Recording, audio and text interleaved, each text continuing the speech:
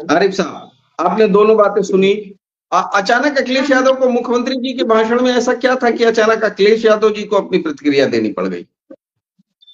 जी देखिए प्रवीण भाई, सभी को आदाब, नमस्कार, सलाम। देखिए ऐसा है कि मुख्यमंत्री जी जो है वो घोर असफलताओं के बादल से घिरे हुए हैं, घोर असफलताओं के बादल। और अब तो कंट्रोवर्सी यहाँ तक आ गई है कि पहले आरएसएस जो इनकी मदद संस्था है वो कुछ कहती थी तो उनकी बात को टाला नहीं जाता। अब समाज भारतीय जनता पार्टी और आरएसएस में भी विरोधाभासी बातें हैं। एक तरफ मोहन भागवत जी कुछ कहते हैं और वहीं भारतीय जनता पार्टी के नेता उनकी मंशा के विपरीत उन चीजों को समर्थन करते हैं जिन्हें मोहन भागवत जी मना करते हैं। बात यहाँ आई कि बाबर और अकबर और 500 साल पुराना और बगल का बांग्लादेशी मुल्क, बांग्लादेश में भी जो लोग रह रहे हैं कभी वो भी हिंदुस्तानी हुआ करते, वो हमसे ही कट करके बने हुए हैं, वो हमसे ही कट करके बने हुए हैं।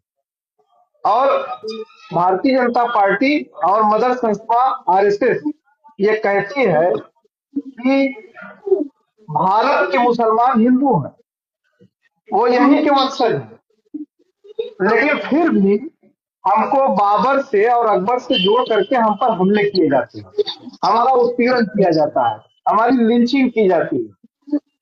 लेकिन असली वजह क्या है? असली वजह यह है कि जनता इनके डीएनए को जान चुकी है। इनका डीएनए क्या है? आजादी के पहले जो अंग्रेजों की मुखबिरी किया करते थे, उनका डीएनए भी जनता जान चुकी है। जो लोग दलितों के साथ आज भी दुर्व्यवहार करते हैं, उनके ऊपर पेशाब करने का काम करते हैं, उनके मुंह में थूकने का काम करते हैं, वो बांग्लादेशी हिंदू की बात क्या करेंगे? अपने देश के हिंदू की ही बात करने पड़ेगा ना। वो लोग जो है उनके डीएनए को भी जनता जान चुकी है। जो लोग आज भी दलितों के हाथ का पानी पीने से इनकार कर देते हैं, अपने कुएं और हैंडपाइप पर अपने गिलास में पानी पिलाने से इनकार कर देते हैं, और अगर पी लिया तो उसको इस तरीके से मारा और पीटा जाता है, इस तरीके से गाली दिया जाता है कि कोई इस देश में दूसरी धर्म के लोग भी ऐसा नहीं करें। तो ये तो वर्तमान में इनका जो डीएनए है वो ऑलरेडी जनता जान चुकी है। आरक्षण चोरी का डीएनए जान चुकी है, संविधान के खिलाफ चलने का डीएनए जान चुकी है। राष्ट्रपति कोविंद जी के साथ जगन्नाथ मंदिर में क्या हुआ वो भी जनता जान रही है। कितना हास्यास्पद, कितना दुखद था। आज देश की संसद और राम मंदिर के उद्घाटन के अवसर पर वर्तमान आदिवासी राष्ट्रपति को न पूछना, ये सारा डीएनए देश की जनता जान चुकी है। इसी डीएनए को छिपाने के लिए तो मुख्यमंत्री जी डीएनए डीएनए की बात कर रहे हैं। तो हमारे नेता आदरणीय अखिलेश यादव जी ने कह दिया कि भाई डीएनए चेक करवा लीजिए। क्या निकलेगा उसमें? यही निकलेगा, दलितों के मुंह पे पेशाब करने वाले कौन थे, दलितों के मुंह में कितार के थूकने वाले कौन थे, कौन गंगा जल से मकान धुलवाने वाला था। तो ये सारी चीजें डीएनए में आ जाएंगी।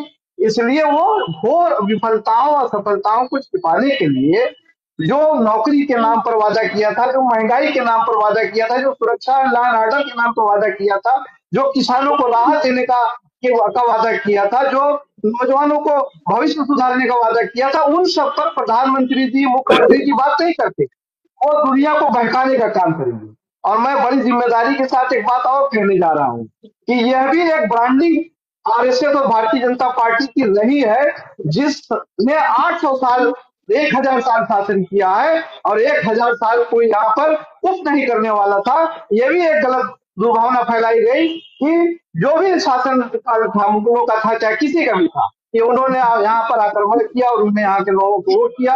यह सब दुर्भावना है, यह सब मिसलीडिंग है, मिस इन्फॉर्मेशन है, यह गढ़ा हुआ इतिहास है। अगर ऐसा कुछ होता तो भारत देश की जनता किसी भी के खिलाफ अन्याय सहने वाली नहीं है, उसी वक्त उठ गई होती जैसे अंग्रेजों के खिलाफ हम सब मिल करके उठे थे। यह भी दुर्भावना फैलाई जा रही है आरएसएस की तरफ से, यह गलत इतिहास पढ़ाया जा रहा है। अगर सही इतिहास में आप जाएंगे तो 800 और 1000 साल का इतिहास पुरानी इतिहास रहा। उसी दौर में मंदिर भी बने, उसी दौर में मस्जिद भी बनी, और आज भी रेवेन्यू उन्हीं चीजों से आती है जो मुगलों के 800-900 साल के शासन काल में बनी हुई है। यह भारतीय जनता पार्टी और आरएसएस के लोग दुर्भावना और गलत इतिहास पढ़ाने का काम लोगों को करते हैं। ये व्हाट्सएप यूनिवर्सिटी वाले लोग हैं। मैं पूरे जिम्मेदारी के साथ कहना चाहता हूँ, बहुत से ऐसे इतिहास है जो तमाम दूसरे मज़ाहिब के लोगों ने लिखे हैं और जिनमें सच्चाई सामने आ गई है उसके उसके ऊपर चर्चा कर देते हैं, लोग भागते हैं। मैं ये भी कहना चाहता हूँ कि आज जो स्थिति बना दिया है केवल सत्ता के लिए, कि कैसे हम सत्ता में बने रहें, चाहे हमको किसी का भी सर काटना पड़े, चाहे दलितों का, चाहे पिछड़ों का, चाहे अगड़ों का, चाहे गोपाल मिश्रा की भी जान लेना पड़े क्यों ना सत्ता बचाने के लिए। यह काम भारतीय जनता पार्टी कर रही है और यह डीएनए जनता जान गई है। इसलिए मुख्यमंत्री जी को बहुत डीएनए की चिंता है कि कहीं ऐसा ना हो कि वाकई में डीएनए चेक हो जाए और सत्ता से हमको बाहर न कर दिया जाए। इसलिए घोर विफलताओं को छिपाने के लिए मुख्यमंत्री जी इधर उधर की बातें करते हैं। तो इधर उधर की बातें मत कर, ये बता काफिला कैसे होता। 5 लड़के मार दिए गए। आप कहते हैं कि ये भारत का मुसलमान आएंगे हिंदू है आएंगे इस पर, तो आरिफ भाई आएंगे आएंगे इस पर।